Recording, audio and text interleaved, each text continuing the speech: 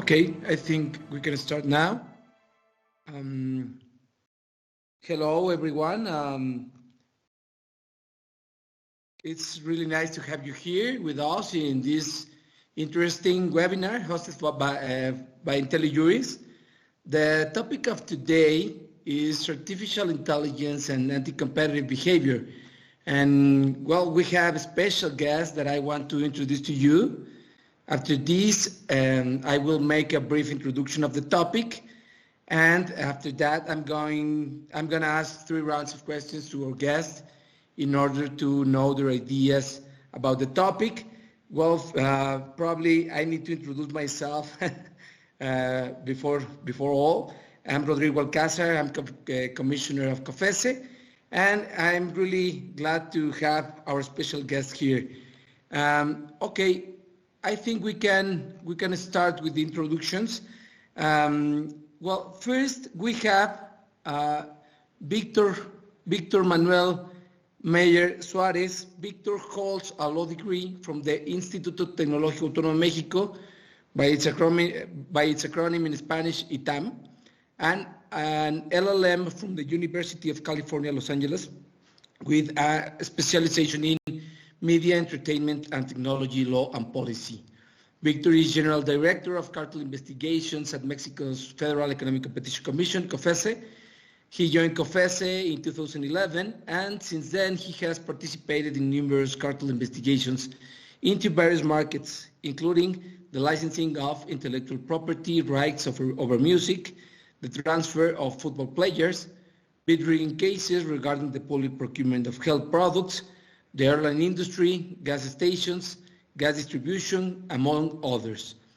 He was also part of the team of investigators that in 2017 filed the first criminal complaint for collusive practices in Mexico. In the 12 years during which he has worked for COFECE, Víctor has led numerous search warrants and multiple leniency program applications. He has also collaborated in the drafting of several of COFECE's regulations, including the administrative regulations of the Federal Law Economic Competition, the regulatory provision for the leniency program, and the regulatory provision for legal privilege claims, as well as the guidelines for initiating investigation.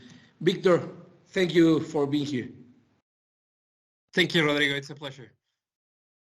Okay. We have also with us Iratxe Gurpegui. Iratxe Gurpegui is a founding partner of Come2Law, a law firm specializing in compliance solutions in the area of competition, corruption, and personal data protection. She is a member of the Vizcaya Bar Association, holds a double bachelor degree in economics and law from the University of Deusto, and LLM in European law from the University Libre de Brussels, and an LLM in global corporate compliance from the IE Law School in Spain. Iratxe holds the SESCOM compliance certification and teaches competition law and data protection at IE Law School and EDEC Business School. Iratxe has worked in the competition division of the OECD, leading evaluations of public procurement processes and competition policy in the Latin American and Caribbean region. She has also worked at the French Competition Authority and for the Directorate General for Competition of the European Commission, in charge of competition investigations and merger analysis. Iratxe, welcome. Thank you. Thank you very much for the invitation. A pleasure. Okay. Also, we have Christian Cockcroft.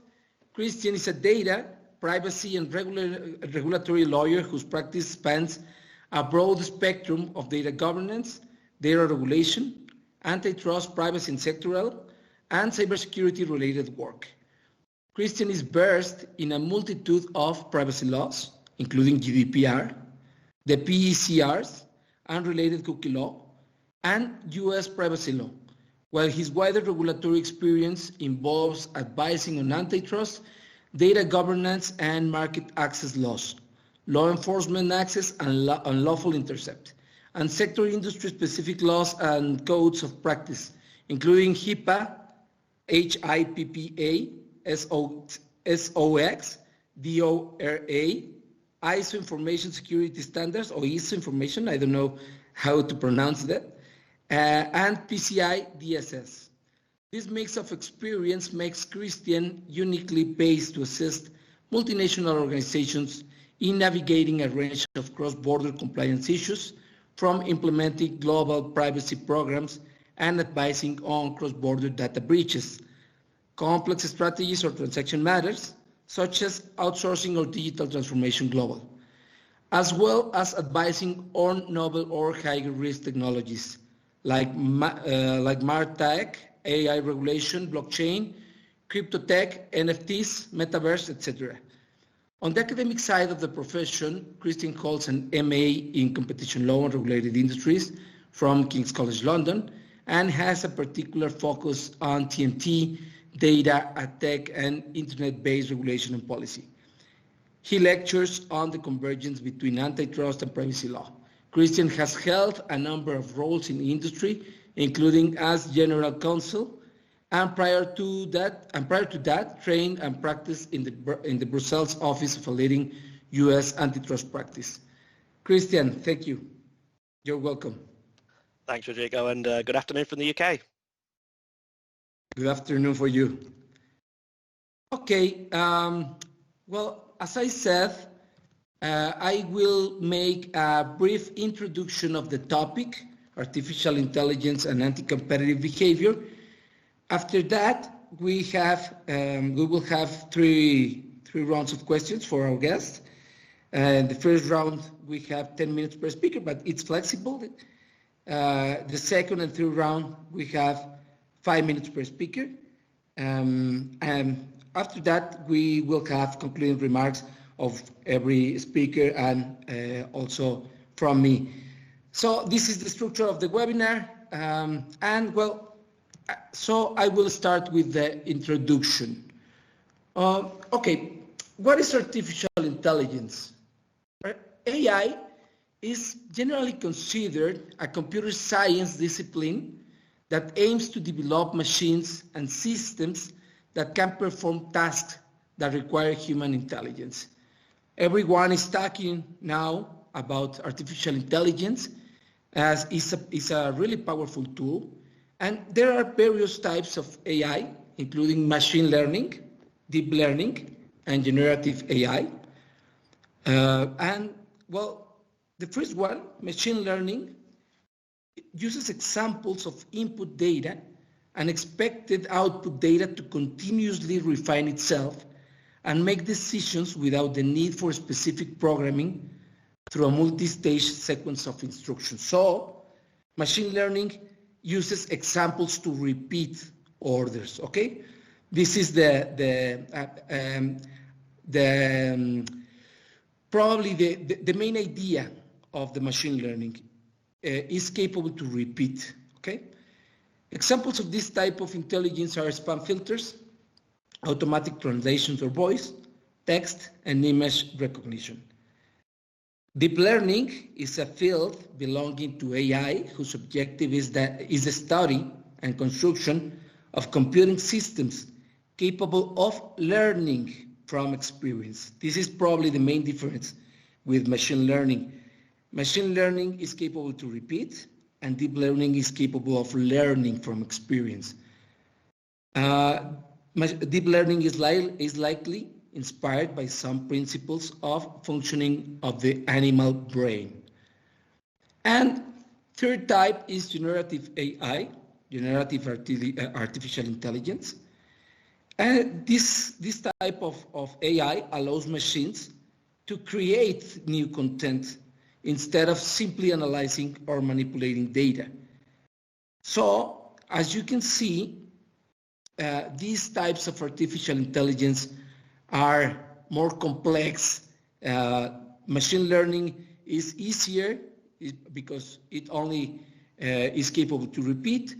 Deep learning is capable to learn, and generative AI is capable to create new content. Okay, so this generative AI is probably the most renowned or the most used, not the most used, but probably the most renowned type of AI nowadays, okay? Everybody's talking about generative AI.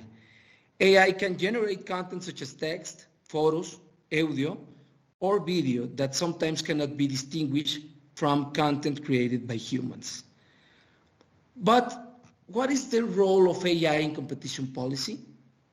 Just a few days ago, I was talking with a friend about this webinar, and she told me like she didn't, for she was not easy to understand the intersections between artificial intelligence and competition policy. And well, this is there is an intersection, and it's because companies have begun to use AI in the operation of their businesses because it allows them to reduce cost, optimize process, improve customer experiences, optimize business strategies, and increase profitability.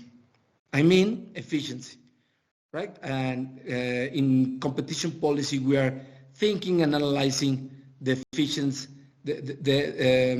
efficiencies of the firm every time.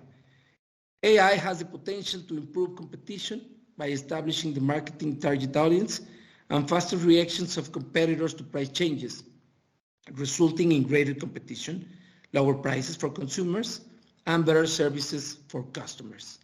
This is related to the personalization of prices and selling conditions. This strategy could be pro-competitive most of the time, but also could be anti-competitive if it has exclusionary effects. It means that one firm can personalize prices of an input, and these prices favor one agent and harm another. AI also can be employed in markets by using machine learning software to commit some other harmful conducts. For example, agreements on prices and production levels between competitors. Probably Víctor will tell us about it. And these conducts make decisions through tacit collusion of their AI systems. Concerns in economic competition and at the international level are present because authorities such as the FTC and the European Commission have expressed these concerns about the use of AI because anti-competitive practices in this market can distort the pace and direction of innovation. Innovation is also a variable that competition authorities needs to take care of. One of the FTC's main concern is that an economic agent that controls an important input or related market, including, for example, the cloud computing market, engages in business strategies to protect its market power or use that power to gain control in a new artificial intelligence market. Also, the European Commission recently reached a provisional agreement past December regarding the rules that will govern the use of AI, including its use by government in biometric surveillance and the regulation of AI systems, such as ChatGPT, the most powerful tool nowadays in AI, as well as assessment to mitigate systemic risk and ensure cybersecurity. Well, okay, but we also need to talk about Mexico, right? What is the current situation in Mexico? Mexico obviously is not Europe, is not United States. Europe and United States are maybe the pioneers nowadays in the analysis of regulation of artificial intelligence. But well, in Mexico, various laws also regulate certain aspects of the use of AI. For example, the federal law on protection of personal data, the federal law on consumer protection, and the federal law on economic competition. In April 2023, the Mexican Senate created the National Artificial Intelligence Alliance, ANIA, whose purpose is to recognize and strengthen the AI ecosystem in Mexico by seeking a legal basis to propose and create regulatory frameworks. Derived from the COVID-19 pandemic, companies developed AI-based solutions mainly in media, advertising, e-commerce, security, automotive, medical, and health services, education, hardware and software, banking and financial services. A lot of services uses, and a lot of firms are using AI. Companies must overcome various challenges to adopt AI. Among the main challenges are lack of knowledge, lack of adequate strategies, and lack of data. So, okay, having said this, let's move forward to the questions for our guest. We have, as I said, 3 rounds of questions. In the first one, every speaker has 10 minutes. And in the second and third round, they have 5 minutes. If one of them wants to save some minutes, we can be flexible. So let's start with the first round. And I want to ask you to Victor. Victor, well, you are the General Director of Cartel Investigations in Mexican Competition Commission. So probably you know a lot of about business strategies. What are the main business strategies related to the use of AI and data that could be anti-competitive? Could they also be competitive, pro-competitive at times? Under what condition could they be considered pro or anti-competitive?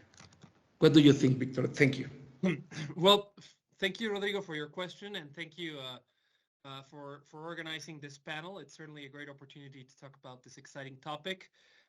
Before I go into any discussion, I do have to mention that any opinions are my own and not necessarily COFECE's. This is a very new topic, and I don't think any of us have the final answers. This is something that will keep evolving and will keep changing. But now on to your question. Technology has always been an essential part of any business. You know, technology has always been there to help us achieve our tasks faster. And I think that when you look into what companies do, it's important to mention that just in the past, it's always been sort of like a tool for companies to carry out their tasks and their businesses. So let's just start way back in the past. Way in the past. I'm mentioning perhaps going into ancient Greece. We're talking about something like the abacus that's helping them keep count and doing basic arithmetic operations. Then as technology evolves, we move on to a calculator in which they can add up and it can be easier for them. It doesn't have to be with all the little balls and everything. It allows them to analyze further more data. There are scientific calculators that allows them to process even more and more data and do it even faster than the human mind can. As technology progresses, we get computer programs such as an Excel spreadsheet, which once again allows us to use more data faster, do a wide array of operations of mathematics that perhaps we as humans can do, but it would take a lot of time. It would take a lot of effort. We're prone to make mistakes. Sometimes companies need to do this faster. So when you look at this, they're all tools. But there's always a human behind the screen, behind the calculator, behind the abacus that's going to make perhaps the final decision. Perhaps they're thinking about what should my output be, for this year? What should I produce? What price should I set? There's always, they can do the basic arithmetic operations. They can input their costs. They can input their what they want for profits. They can do all the analysis that they want, but ultimately it's going to be a human that's going to be behind the screen and it's going to take the decision. Of course, the human's going to use this data, and they're going to try to use their experience, what they learn in school, what they've learned from business, perhaps none of those, and they're going to make the wrong decision, but still they're going to make the decision. Once we have artificial intelligence, humans are being replaced. It's no longer a human there that's making the decision. It's probably going to be the computer program, no longer a human. Nowadays, we might have a human who's still supervising it, who's still going over like, well, the machine told me to do this. The person might still be able to be like, well, this doesn't look like the best strategy, but the machine is starting to decide. And why is this becoming a trend? As you mentioned, companies need to lower costs. As we're moving into a larger global economy, companies and all over the world, they're dealing with more data. Just think. And I'm going to be using the travel industry, hotels and airline industry, not because there's anything wrong with them. I do want to make that clear, but it's, I think, something that we can all connect to. In the past, perhaps a hotel chain might just have operated in one country. So it's just dealing with their properties in that single country. It's not a lot of information to process. They can do this by themselves. But nowadays, thanks to consolidation, some of these companies operate worldwide, and they're dealing with huge amounts of data, huge amounts of decisions that they have to take into consideration. It's not the same thing setting a price, for example, in New York, very different from setting it from Paris, from a hotel in Mexico City, from a hotel in the middle of Kenya. It's a very different business environment in each of these countries. So if they were going to do it by the old-fashioned way, they would probably have an employee in each of these cities, or someone who is familiar with the business in each of these cities, and they would have to take into account all the factors regarding that specific region. Nowadays, they can get rid of that employee, and they can use a computer that's learning from the environment and learning from the environment of that single part of the country and try to make the best decisions for that part. And that's where artificial intelligence comes in. It's dealing with a lot of information from with a lot of transparency. A lot of the data is public. So once you look, for example, one of the things that we find out in our investigations, and this is common knowledge, is that any company looks to its competitors to set its price. It's completely logical that they're going to see what their competitors are doing. Nowadays, there's a lot of transparency in that information. Once again, let's think about the whole businesses back in the day. If you wanted to make a reservation, maybe many of the young people here would know this, but you had to call you had to call on the phone and tell them, what's your price? I want to make a reservation. The price information was not available online. Nowadays, it is. So these companies can analyze their competitors' prices easily because everything's online. Everything's there. So there's a lot more transparency. There's a lot more information, and they can process this information more efficiently. Of course, this requires a lot of work. And if it were humans doing this stuff, it would be prone to being, it would not be very efficient in terms of how fast this analysis can be made. It would be prone to mistakes. It would be prone to just being, they cannot keep up. It's simply about trying to keep up and bringing down the cost. You do not have to pay a machine. You do have to pay employees. So this is something that's being, it's becoming a global trend. And it's not only, for example, in the hotel industry, but we're seeing it, for example, in insurance. They're using, the insurance companies are using algorithms, and I'll go further into that a bit later on, but they're using it to calculate risks. They're trying to figure out what the best policy is for a singular client. They're not trying to offer, a common product for everyone. They're using it to personalize, as you mentioned this, they want a more personalized experience. Or just look into, for example, every one of us that uses Instagram, Netflix, whatever, it's a very personalized experience based on your choices. So this is where AI comes in. It basically is replacing humans in a way because it can do things that humans cannot. Yes, I think that in the past, a computer couldn't do what a human can do. And nowadays, it can do, and I'm going to use quotations, because it can do it faster, it can process the analysis, it can process it at a rate that we just can't. We make mistakes, we're humans, so AI can't do this. And for example, some areas of businesses in which this is happening is, I think, for example, you've got something like the driverless cars, where there's the cars that they don't use any drivers. That's AI. You can also have, there was this recent huge controversy in Hollywood where AI is being used to develop scripts, or the AI is being used to create, to create actors that aren't on the screen. So it's no longer just being used to analyze data. It's also being used, as you mentioned before, to create things. Movies are being written by television programs are being written by AI. It's gone that far. There's even, some talk about replacing lawyers and doctors as to where you can input your situation, and the AI will tell you what it will give you a legal advice or medical advice. And of course, in the pricing industries, well, with pricing, it's become, a very important toolkit in which it can analyze, as I've mentioned before, different factors from different regions and make a decision really, really fast. As I've mentioned, one of the biggest examples can be the travel industry, whether it's the hotels, the airline industry. The airline industry's prices, as everyone knows, they change really fast, and companies need to use AI to keep up, to analyze what their competitors are doing, and to try to decide what the best option is to go.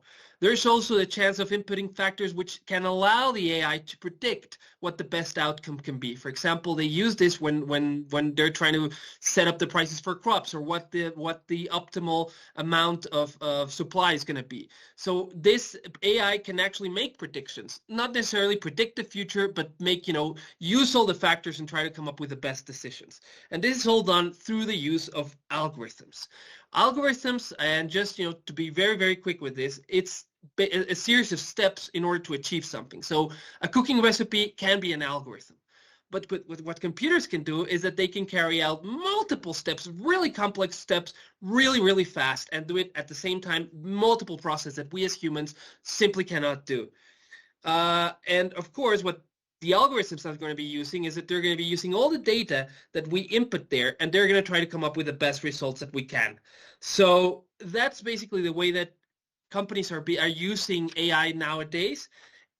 And in just a simple words, they're trying to detect patterns with the information that they get with algorithms. They're analyzing it, and nowadays they're actually deciding and creating stuff with AI. So that's, I think, an overview of how businesses are using AI these days. Thank you, Victor. Really enlightful. Well, Victor told us some important ideas about the AI. AI is a tool. Technology is there to help us, but he also mentioned some concerns about the business strategies. And let me move forward with Christian. Are there concerns like this in Europe regarding potential mergers or abuse of dominance or cartel investigations? And what is the role, how is the role of data plays as an input or barrier shaping legislative developments in Europe in the sphere of competition, Christian? What can you tell us? So again, thank you, Rodrigo, for inviting me to speak. And I'll probably piggyback on what Victor said in the views of my own. They're not of my firms or my clients. So I think I'll also take a step back here. And I think most of the conversations that we have around AI involve someone taking a step back to somewhere to kind of explain that many of the underlying concepts, particularly as it relates to AI, are not necessarily new. The other thing is there's no doubt that this new wave of AI, pretty much been driven by generative AI and large language models, is disruptive. We are coming into a new age of development, but we've had these disruptive developments in the past. The competition landscape and the machinery, particularly in the EU, has very much borne out of an expansion where we've had a large wave of legislation coming off the back of large liberalizations in sectors such as telecoms and energy. And then we've also had the developments of complex provisions of how to address mergers and particularly abuse of dominance in the expansion around the internet age and the proliferation of digital solutions. This is a benefit from an AI perspective in terms of almost the EU does have ammunition already to address this. The question is, which moving blocks do you put in? So to take that step back, I think it's probably helpful to understand a little bit what's driving this new kind of wave. And I'll take back to around when the transformer architecture, for those who are familiar with some of the architecture that's driving how large language models and particularly generative AI works, is to understand that actually how did these LLMs and the GPTs of the world, how did they come to be? Well, one thing that's bear in mind is that companies have been trying to explore different ways of kind of deep learning and mimicking the mammalian brain for quite some time. But fundamentally, the largest advances in technology have simply borne out of the fact of throwing more data and more computing power. So when you consider that, it's very important to understand that companies like OpenAI,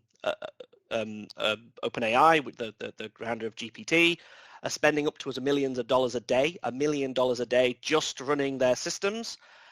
Large data centers, these individual large data centers may be using up to 100 million gallons a day, 100 million gallons a year just in water to cool them. And notwithstanding in the environmental costs and concerns around that, from a competition perspective, that really just tells us a few things, that despite our concerns around big tech, there aren't that many companies who can actually do this. So our concerns from an AI perspective in terms of how to tackle that, how to address that, really kind of we have to move over to the other side in terms of, and which Victor so eloquently put, was the real concern perhaps is how these AI tools are going to be used going forward. So the application of AI, the use of AI. Now, going back to the legislative trends in Europe and applying that, so just to cover the merger side very quickly, the merger landscape in the EU with regards to AI is almost about as developed as it is anywhere for that matter, because there haven't been that many mergers. The European Commission has signaled its intention to look into Microsoft's investment in OpenAI, and the UK regulator, a slight punt from my regulator, the CMA, has maybe taken a little bit step forward, that it's already started that process in December. And has called for thoughts on that. But it's quite clear in the CMA's intention when it put out that thoughts of what it's really looking to do, and it intends to reflect on the merger. It doesn't necessarily suggest it's going to be taking any action. And I think that's really crucial, that I think regulators are looking to understand. They're looking to understand the plans, they're looking to understand this new technology and understand therefore how to plan their strategy. So what would that strategy look like? Well, if we take the view that there are very few companies currently who can at least take a large language model, a big AI approach to this, I'm not saying that is the case, but if we take the assumption that that is the case, then we have to look at what competition machinery do we have right now that can be used to basically ensure that we remain pro-competitive on the use cases. So the EU is pretty well versed in this. I mean, I grew up learning through my MA about the essential facilities doctrine. I'm sure we're all fairly familiar with that. The concept is whether a large LLM like GPT or the others could be viewed as an essential facilities doctrine, which then means your competition argument moves to the terms and the considerations of what it is to get access, how is that fairly priced, bringing in arguments such as that many regulators have had on the liberalization point of wholesale access charges. Something I'm familiar has been a conversation in Mexico as well. So that's one aspect to the argument. But I suppose in terms of where to go with this, and I think this is the other perhaps concern that may be driving the regulatory push, and why regulators will be looking to call in perhaps mergers just to understand this market, is if we consider that it is big tech that are the driving force behind some of these more innovative and particularly large language driven Gen AIs, it probably hasn't escaped many people on this call that most of these big tech are also delivering other services. And in the digital space, the vast majority of some of the productivity tools that we use on a day-to-day basis, including the one that we're communicating on now, for example. So the question therefore moves to competition theories around leveraging and bundling and things like aspects such as this. And again, how those are used to in a clever way, not necessarily to suppress the development of these approach to big data and LLM, but also to ensure that, again, those companies don't get an unfair competitive advantage as a consequence of being the first movers in that side. So I think probably just to kind of conclude on that point, Rodrigo, I think that the future outlook very much is it's a watching brief. It is a let's see how this plays out, but cognizant that whatever architecture is deployed, notwithstanding AI-based regulation, which I'm sure Iratxe will mention, is that there is already existing mechanisms which, for all of us who have a background in competition law, are very well versed with. It's working out which one of those moving blocks and combination of moving blocks will be best to address AI moving forward. Thank you, Christian. Really interesting view. Let me just take something that you said. Regulators are looking to understand how to regulate AI. We are one step behind of the technology all the time. Probably, at least as a part of a regulator, I feel like that. And but we can do something maybe. And let me move forward with Iratxe. We have the view of the regulators with Víctor, and we have also the view of Christian, that is an experienced lawyer, and you have a lot of experience in, for example, international organizations like OECD, and also in competition authorities. So what has been the position of international organizations on this matter, Iratxe? What does entail the recent approval of the artificial intelligence law in Europe, and what impact does it have on the powers of European competition authorities? What do you think? Thanks, Rodrigo. Thank you. Thank you again for the invitation. And yes, so let's start with your first question regarding international organizations and their stand on artificial intelligence. Well, I think there's been discussions already for years now.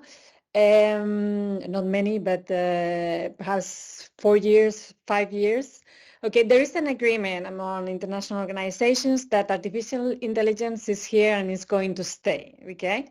And it's going to have pervasive, far-reaching and global implications, not only regarding our markets, but also regarding our societies and the way labor is organized, okay? So there is an understanding that we need to pay attention to this phenomenon, we need to analyze it, and we need to shape policies and even adopt new policies, new regulation in order to face this new paradigm, okay? And it's, I mean, the idea, I mean, at the international level, there is a recognition that artificial intelligence has a positive impact on society and economy. As Víctor mentioned, it makes our processes, our markets more productive, more efficient. It has many also positive implications for our society, etc. But it also has negative impacts, okay, in terms of human rights, privacy, competition, but not only competition. I already mentioned other policy objectives which are relevant, I think, for international organizations, labor markets, inequalities, etc. Okay, so there's been many initiatives. For example, at the OECD level, there is the approach that artificial intelligence should be human-centric. Okay. So we should not forget about how important is the human being here, okay, put the human being at the center, and also trustworthy. And there is a recommendation of the Council, okay, giving some principles, basic principles about how to provide or how to create artificial intelligence that is human-centric and trustworthy. Then you have United Nations. United Nations has focused more on governance of artificial intelligence in order to help achieve the Sustainable Development Goals, okay, and do not leave behind anybody, okay, so more on the equality side, etc. And there has been also some initiatives. There is a high-level advisory body on artificial intelligence, and they have, in December last year, adopted an interim report. And finally, I would end with the European Union. Okay, at European Union level, the approach is very similar. Okay, it's also human-centric artificial intelligence and trustworthy and artificial intelligence. There is a lot of focus on human rights like privacy, but also safety. And there is a twist, I think, because at the end of the day, we have the single market, and at the European Union level, there is more an economic approach, okay, of how artificial intelligence should also be developed in order to strengthen the European Union's competitive position in global markets. Okay, and as one of the main outcomes, okay, of the European Union initiative is what you mentioned, okay, the Artificial Intelligence Act or regulation. It's been recently agreed upon, okay, and adopted. And I don't know if you are familiar with how artificial intelligence is is regulated. Sorry, in this regulation. They have like a risk-based approach. I would summarize it, okay? I don't want to go into the details, just in a nutshell.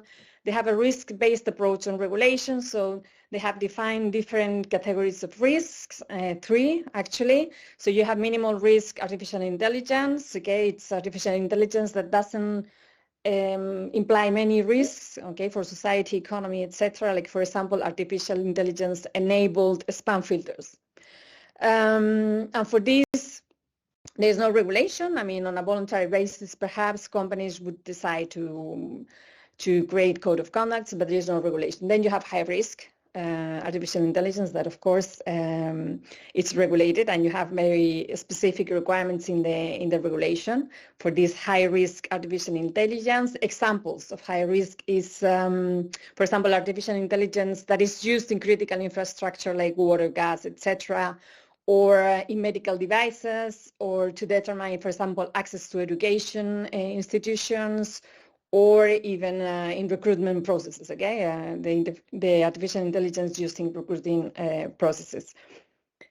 And then you have the unacceptable risk, okay? These are artificial intelligence that will be banned, of course, because, for example, it manipulates the human behavior, okay, to circumvent people's will. So that's the way artificial intelligence has been regulated in the Act, okay, in the Artificial Intelligence Act. And to come to your question of how this is going to affect competition authorities' powers, I would say that, well, it's I think it's right to say that to a certain extent, competition authorities will see their investigation powers reinforced because, and explain, the Artificial Intelligence Act creates supervisory authorities, okay? These are authorities created by member states in order to do market surveillance, monitor the market, and monitor conformity with the Artificial Intelligence Act, okay? And these authorities will have large enforcement and investigation powers. They can make reasonable requests, and to the extent necessary, regarding artificial intelligence and elements such as training, validation, and testing data sets used by the provider or even the deployer of artificial intelligence, and where it's necessary to assess the conformity of high-risk artificial intelligence with those requirements that I was talking about. They can even have access to training and trained models, including relevant model parameters. So this is quite intrusive, okay? They have big powers, large powers. And the Artificial Intelligence Act says that when these national supervisory authorities come across information regarding possible or potential anti-competitive behavior, they will have to inform competition authorities. Okay, so this is a complement, we will say, to the investigation powers of competition authorities. Because competition authorities, they can only send a request for information or conduct a down rate, if they have a suspicion of an anti-competitive behavior. Here, these national artificial intelligence authorities will have these powers just in the monitoring exercise, okay, monitoring markets, doing the market surveillance. They don't need to have a suspicion of an anti-competitive behavior. They can have access to a lot of information. So in an indirect way, people say that this will broaden the competition authorities' investigation powers, that they will be able to indirectly monitor markets, etc. Well, I think it's not going to be such a big revolution. I think It's just a complement, and it's going to be another source of information for competition authorities in Europe. But still, I mean, we will have to see how these supervisory authorities in artificial intelligence are created, you know, and if they have the resources and also the knowledge to screen any anti-competitive behavior, because what they are going to be looking at is not anti-competitive behavior. They are there to supervise markets in order to see if they are complying with Artificial Intelligence Act. They are not competition authorities, okay? And then there is another implication regarding for competition authorities.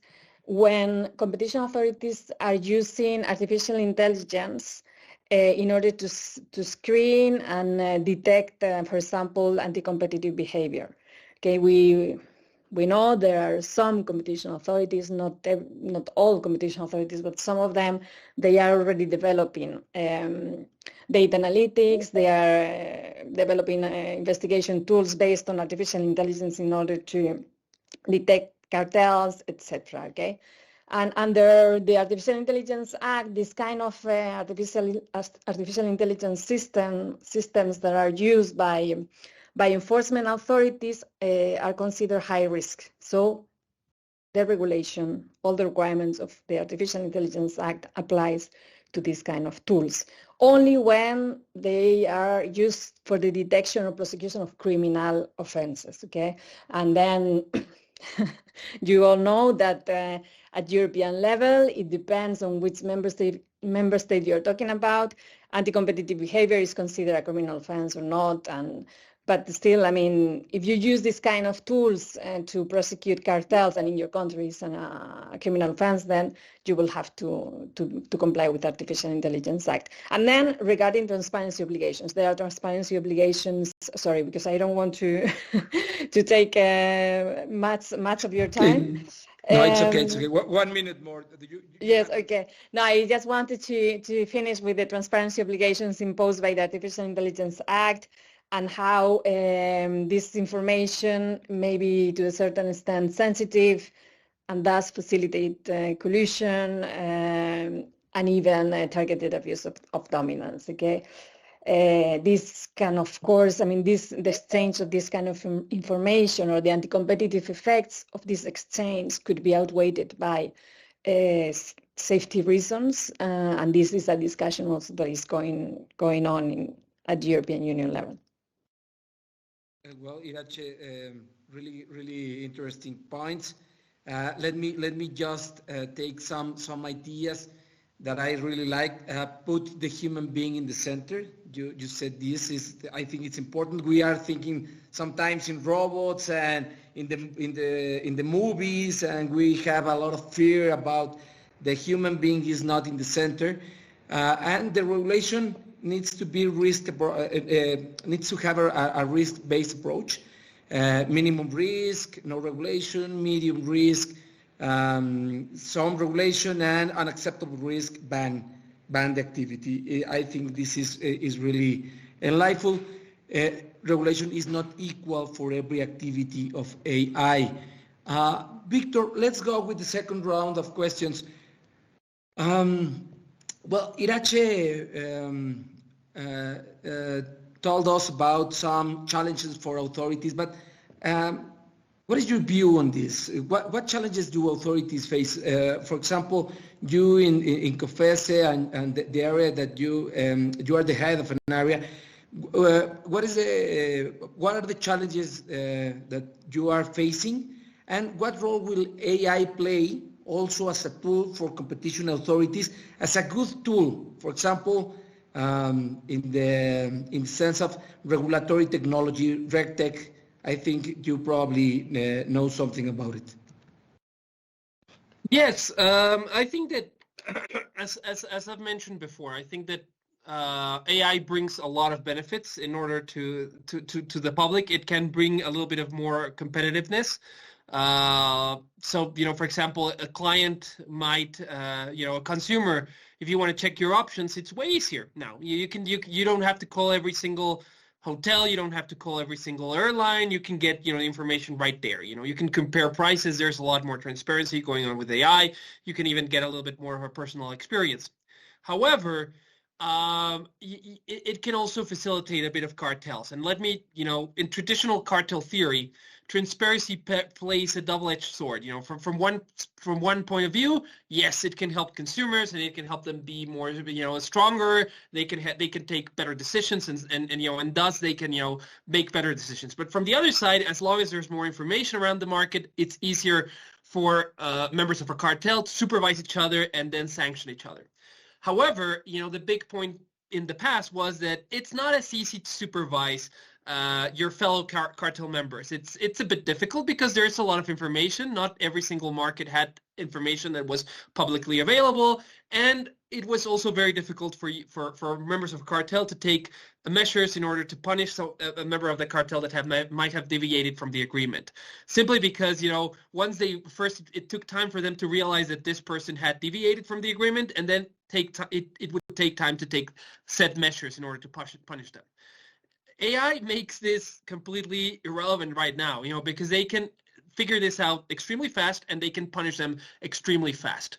So it's become a very effective tool for members of our cartel in order to supervise and in order to punish, fellow cartel members that not necessarily follow the agreement. So it can actually make a cartel stable. It's also allowing them, in the past you would say, it's very difficult to have an agreement between, I don't know, let's say 15 companies, 15, 20 companies. Now, it's not that difficult because the algorithms will make it easier to supervise everyone and to come up with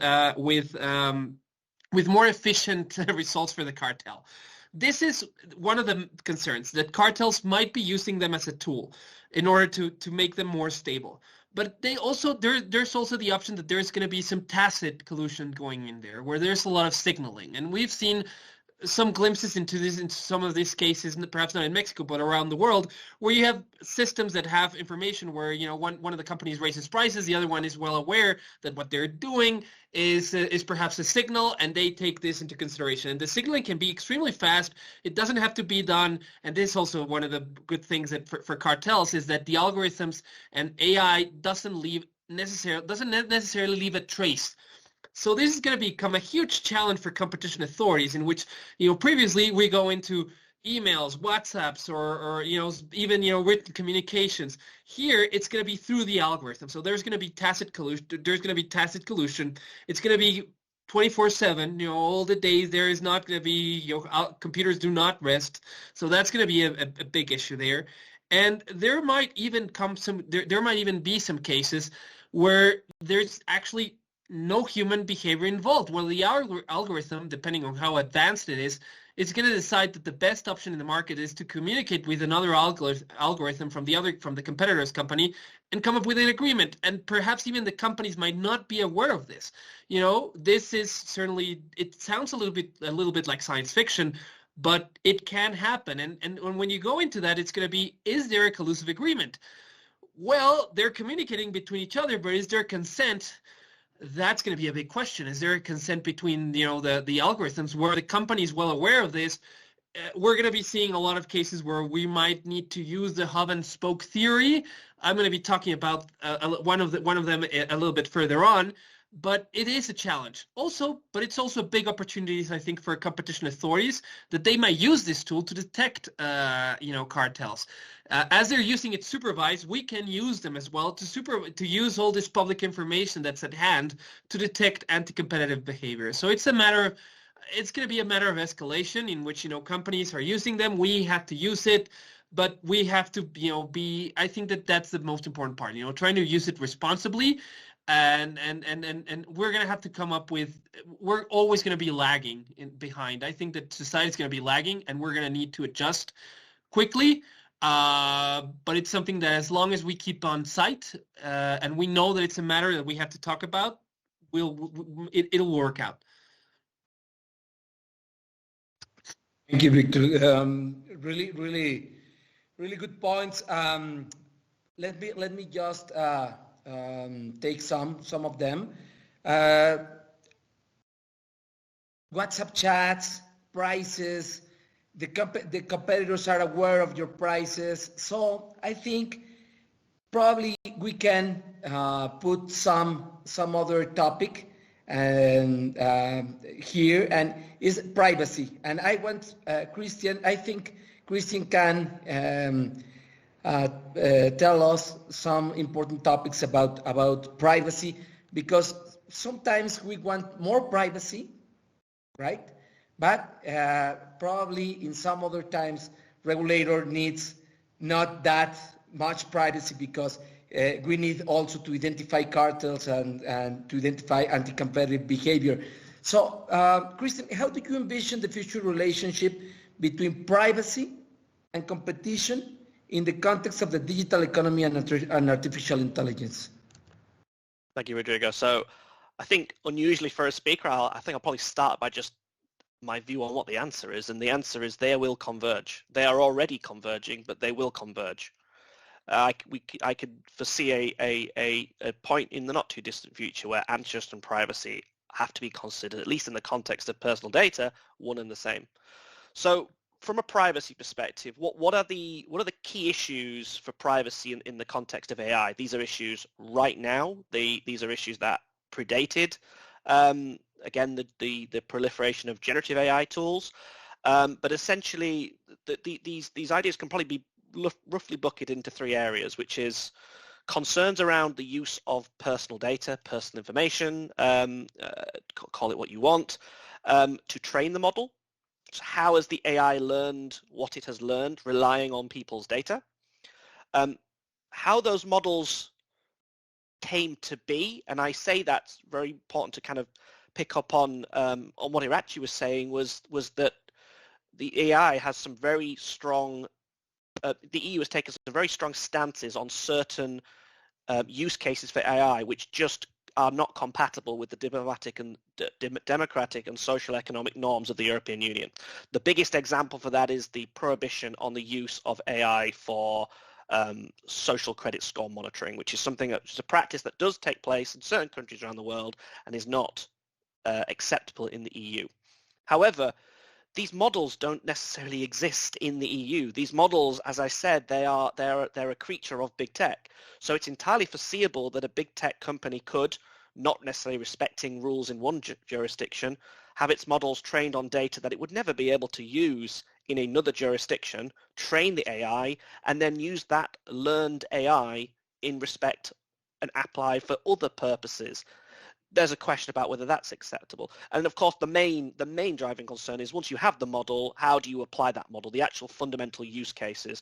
And Victor mentioned that in insurance and credit scoring, it's a really, really, topical point that exists right now. There is arguably a fourth, which I don't think is necessarily a core privacy concern, although it's one that's been grabbing all the headlines recently, which is the fundamentals of where does the data sit and international transfers. And that's obviously a debate that's been going on in the EU for some time, but isn't necessarily grounded in core privacy principles. So those concepts driving the privacy view are very much driving the conversation of what is acceptable from an AI perspective. What guardrails do we side? How privacy and competition law intersect right now in the context of AI, in certain areas they contradict one another. They're at the divergence point. And the really good example of that right now, which is an AI related tool, is something that I do a lot of work in, which is ad tech. And this is so for those familiar with the Google sandbox, Google has been working for quite some time to deprecate third-party cookies in its browser. From a societal perspective, this is seen as a general positive thing, because the idea that just through searching a website you could be tracked by up to 1,000 companies. This is well known by regulators. From a privacy perspective, is a bad thing. But third-party cookies, from a competition point, have a pro-competitive view. What they do is they ensure that the data is the hands of the many and not the one. You don't end up with a walled garden, i.e. heavy reliance on Google to build your programmatic advertising models. So this is a classic example where, and we see these cases play out. They've played out in the EU at member state level, and they've certainly played out in the UK under the CMA, where the CMA actually asked Google to put a hold on the sandbox. Said, no, stop, don't do this just yet. We need some time to find ways of sharing this data and allowing this data to be free shared, even though we understand there are privacy concerns. So we see examples where they are contradicting one another right now, but the ultimate goal here is pro-competition out with a pro-consumer output. Another example where you could almost put the argument the other way around is going back to the kind of the use case of personal data versus competition law. Most personal data regimes have a concept of sensitive data or special category data. Special category data is what we call it under the GDPR in the EU. But there are, and this is obviously data that we see as an individual is maybe particularly harmful to us if it was disclosed or breached. Genetic data, biometric data, medical data are classic examples of this. However, in many cases, the use of that information within a big AI or an LLM could be a very significant driving force for societal benefits. Think of better diagnostic tools, think of better drugs, think of all, the pharmacological benefits of these kind of things. So in those other areas, there are points where privacy might not be necessarily batting for the right team, to use a cricket analogy. So we're basically moving for the point where regulators need to work together. Now, Mexico is in a, maybe arguably in this sense, in a better situation than the EU in that when it comes to an approach to AI, you might be starting out from a governmental perspective of not necessarily a clean slate, but how do we work with our existing mechanics and come up with something that works? And we're seeing this play out in many other countries, such as India, for example, where their privacy laws are a little bit more nascent. In the EU, it is difficult because while the European Commission has competence for competition cases, it does not have competence from a privacy thing. This is very much something that's driven at member state level. So you have different opinions, both driven by the slight different political nuances that exist across European countries of how to tackle certain privacy concerns. And again, the cookie debate is a really good example of where we see divergence, while you see maybe more harmonization that might happen from a competition perspective. So the answer really is, to kind of go back to my opening, is that there will be convergence. AI is, if anything, amplifying the fact that there needs to be convergence. It's going to take some time, but this is probably where we're going to end up for those very reasons. Thank you, Christian. You are putting on the table some really good examples, and one of your examples is about Google. And let me move forward with Iratxe, because Iratxe is now in the world of compliance, and probably she has a lot of clients. Maybe some of them are interacting with Google or with other GAFA firms, right? Or big tech firms in more general. So let me ask you, Iratxe, what can companies do to ensure their employees and executives are more aware of AI-based business strategies that could harm competition? Are traditional compliance methods more challenging for these types of strategies? I think you probably know about firms that are even not aware of the possible harm of AI and competition behavior. So what do you think about that, and what do you recommend to these firms? Yeah, so I would start by saying that it would depend on the company, okay, that we are talking about, because of course the risk and the first line of defense, so the risk owners, are not the same depending in which company and which sector you're active in, okay? So I would start first with the classical, traditional compliance tool, which is a risk assessment. As the Artificial Intelligence Act is also regulating differently artificial intelligence systems depending on risks. As a compliance officer myself, for example, I would also do this risk assessment and see what are my risks and who are the risk owners inside my company, and depending on that, take control measures, protocols, etc., to prevent anti-competitive behavior, okay, when deploying, designing artificial intelligence systems. So I'm going to choose two perhaps extreme examples, okay? Imagine you're an online company whose business largely relies on artificial intelligence, okay? And most of your employees are involved in the design of that artificial intelligence. And I guess we are all thinking about the GAFA or what, well, now it's Gamma, I guess, because Facebook's Meta today.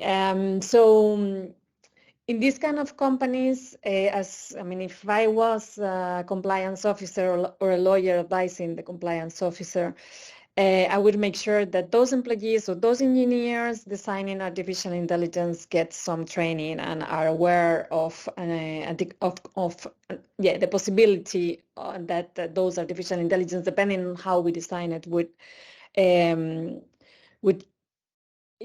arrive to anti-competitive outcomes. Okay.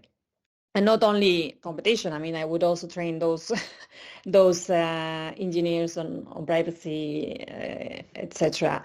And also, I would try to create what in compliance we say artificial intelligence that are competition compliant by design. Okay, well, in privacy you have the same kind of concept.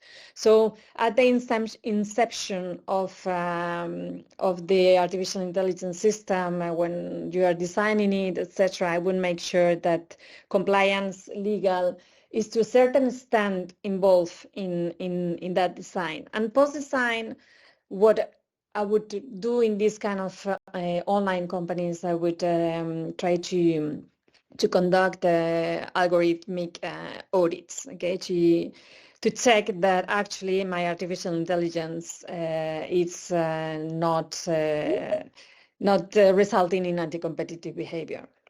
So all these measures that I talked about, of course, involves building a constructive dialogue with engineers. Normally in compliance, you would not talk to engineers in a company, well, not when it comes to competition.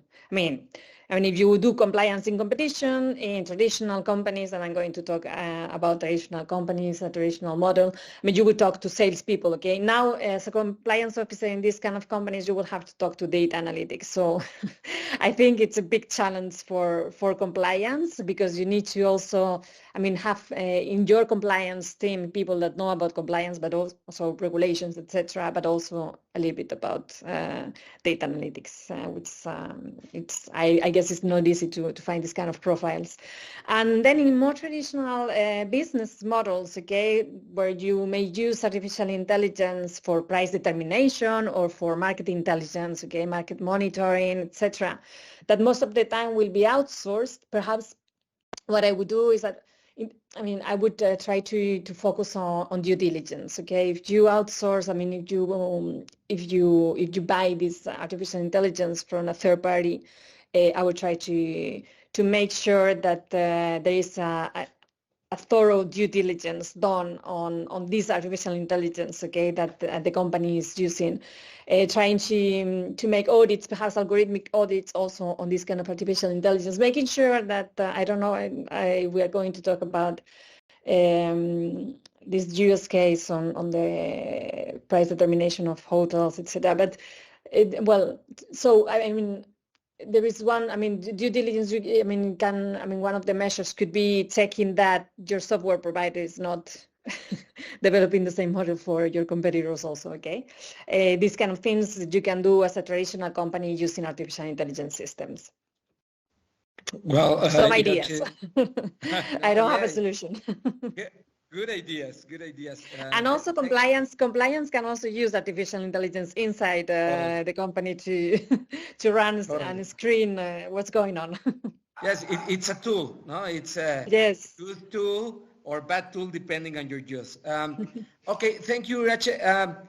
We are running short of time, so I need to ask you that in the next round, we just have like 3 minutes per question, please, in order to have some time to make some concluding remarks. Okay, let me just go with Víctor. 3 minutes to ask this question, Víctor. Are the tools available to COFECE sufficient? Are these tools enough to COFECE? And what types of cases can we expect in the future, Víctor? What do you think? So, in all honesty, no. I think that we need to step up for that aspect. I think that we need to change certain things, and first and foremost, we need a little bit, as all major competition authorities will need. They're going to need a little bit more technology in terms of the tools, but I think we're also going to have to change our teams. In the past, we're using lawyers and economists. Nowadays, we're going to need people who know how to work around these algorithms, around AI, simply because you have, as I was talking about, you're dealing with this very complex, coding sources or anything, whatever. You need people that can understand how they are programmed, and it's going to be extremely difficult in order for anyone to do this. So you're going to need people that have those skills on the team, so they can look into these algorithms and see how they were programmed, whether there was any, malpractice, or whether there was, an intent in order to bring down to affect competition law. So you need to change that.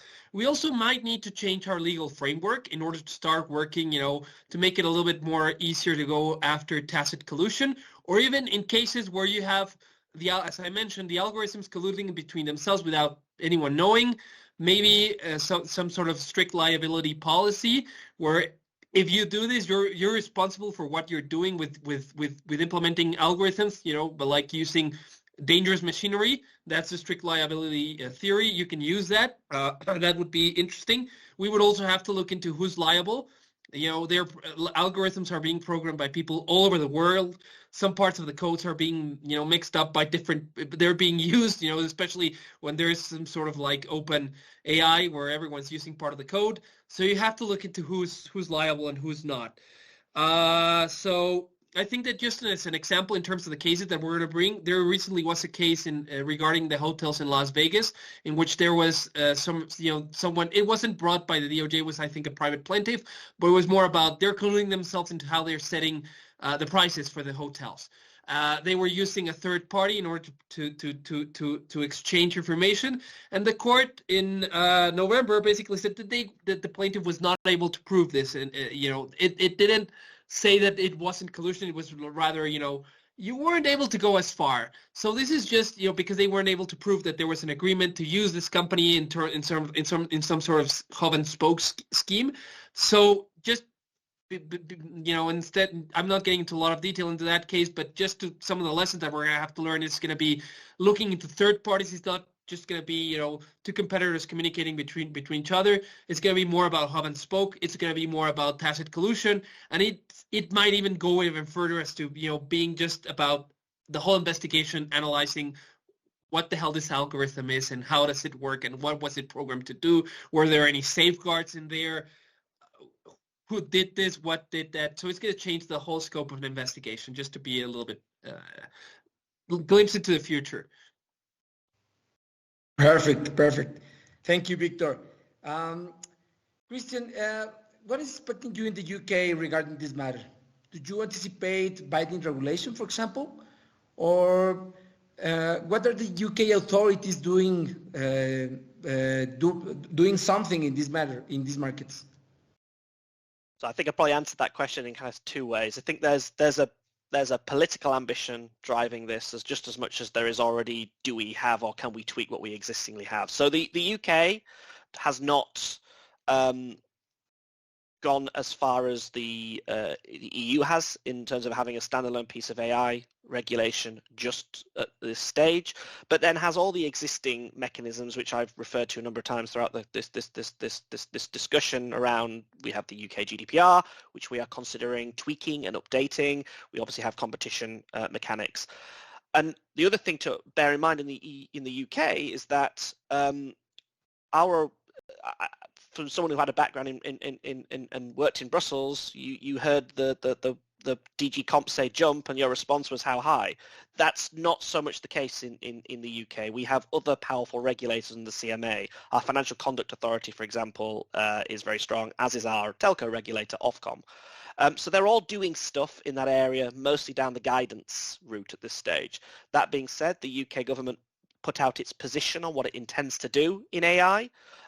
In March 2023, they put a white paper out, and one of the two core things in there, which perhaps the legislative framework is missing, was around fairness, so ensuring that AI does not bias or discriminate. That bias or discriminate wasn't just around individuals, which is what I've mentioned around the privacy risks, but also in versus competition and other companies. So you've got the leveraging discussion, you've got the network effects of being a big data provider and what that means if you have already got an LLM and people are using you, you're going to get more data. It is a fact. And then the other side was accountability and redress as well, just ensuring that AI systems are accountable for their actions, as in the providers of those systems, and better mechanisms to challenge that. That is something I think many jurisdictions will struggle with, the actual how do you go about tackling these companies, or if there are conduct, because going back to my original point, we call them big tech for a reason. There are very few companies that can do these large LLMs, but the question is, to what extent do we allow the position that they have to perhaps keep negative impacts in other markets that they may move into? So from a UK perspective, we will definitely see something. There's too much political skin in the game, to what we would say in the UK, for the government not to do something. What that looks like, though, I think will be very much grounded in what we already have. Thank you, Christian. This is really interesting. I think the role of regulators is really difficult because to tackle big tech, you mentioned in your first intervention that some of these firms are spending $1 million per day to operate AI system. It's amazing, and it's the role of regulator without proper tools, as Victor mentioned, it's really difficult. But okay, Iratxe, what are future challenges in advocacy for competition authorities? What challenges exist for compliance programs? Well, I will be very brief. I came up with 2 ideas which are not very innovative. So, but I think it's still relevant. Coordination and collaboration, okay, among competition authorities, share experiences, best practices. Also in Europe, with these newly created artificial intelligence supervisory authorities, not only for information sharing, which is going to be also interesting, but also for expert advice. As Victor mentioned, competition authorities are doing a great effort in hiring engineers, having all the kind of profiles, okay, in the investigation teams, etc. But I think it would be interesting to, at least in the European Union, to have this kind of building bridges with this kind of authorities, okay, that will have the expertise. Exchange programs, for example, would be interesting. And also collaboration with other regulators. If competition authorities, for example, develop artificial intelligence to screen bid rigging, they will need data to run those tools. So public procurement, collaboration with public procurement in order to get that data would be an interesting option. And then market studies. Market studies is always a good tool, especially for Mexico. Because with market investigations, you also have enlarged very large powers. Okay, it's not the case in all countries. So I think it's interesting for Mexico to have these kind of tools applied to these markets. Totally. I also think that we need to use more market investigations, and we need to exploit more this tool. And as you said, not every country has it. So okay, we have time. We also have time to make 1 or 2 minutes of concluding remarks per speaker. So let's start in the same order. Víctor, what is your concluding remark? Well, I think it's a huge challenge. It's certainly a huge challenge that maybe a couple of years ago we saw as being, distant in the future, but now reality has caught up with us. It's certainly something that we have to work on, especially as competition authorities. It's no longer something that we can ignore. It's something that we have to look into and something we have to prepare. It brings an opportunity. I think that AI has an opportunity to make our investigations more efficient, but it's also has the potential to make them even more difficult.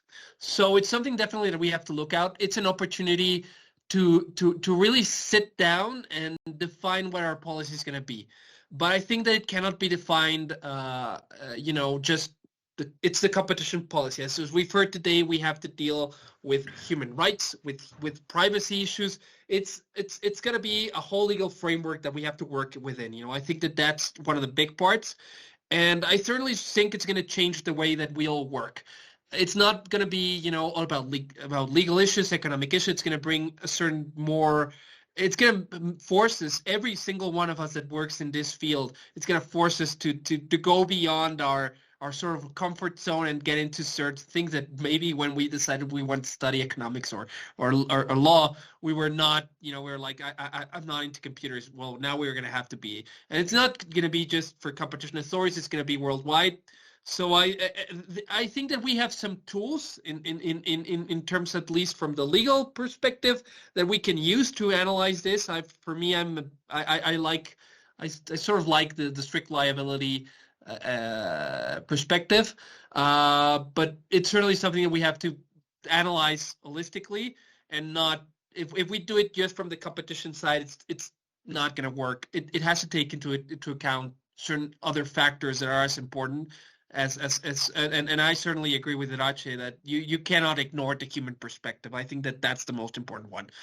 But that would be my concluding remarks, and to thank you, Rodrigo, and Iratxe and Christian for this very interesting panel. Thank you. Thanks to you, Víctor. Christian, 1 minute, please, for your concluding remark.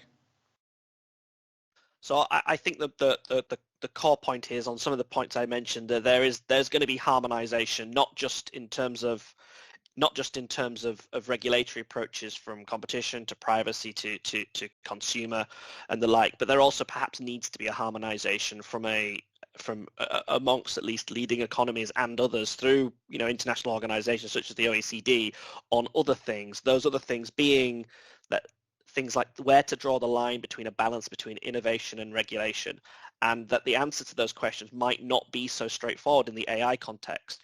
We as competition law tend to push pro-competitive effects quite high, and we strive for innovation, but perhaps in the way AI, due to the societal side of it, that might not be such a good thing, and perhaps sometimes pressing the brake is not such a bad thing. Totally. Thank you, Christian.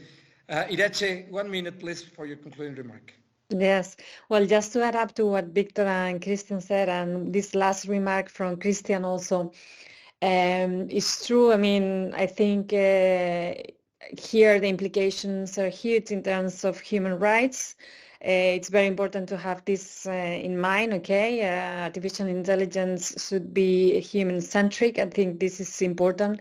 And human rights actually is that they are at the center of the debate at the EU level. I never, heard so much debates about human rights, etc., as these last years, okay, with the digital economy agenda, etc. And from a compliance perspective, I just wanted to mention that companies, I think they have a challenge, because now we have all these ESG goals, okay? I mean, companies, they have to be environmentally friendly, sustainable, etc. And I wonder how they are going to meet these ESG goals, okay, using this artificial intelligence, which from a sustainability point of view, it's not great, as Christian mentioned. These are machines that demand a lot of energy, okay, so they are not very environmentally friendly. and I wonder how these two elements, okay, are going to play inside companies. Well, thanks, Iratxe. Let me just say to finish that that was an amazing webinar with excellent ideas, really good points.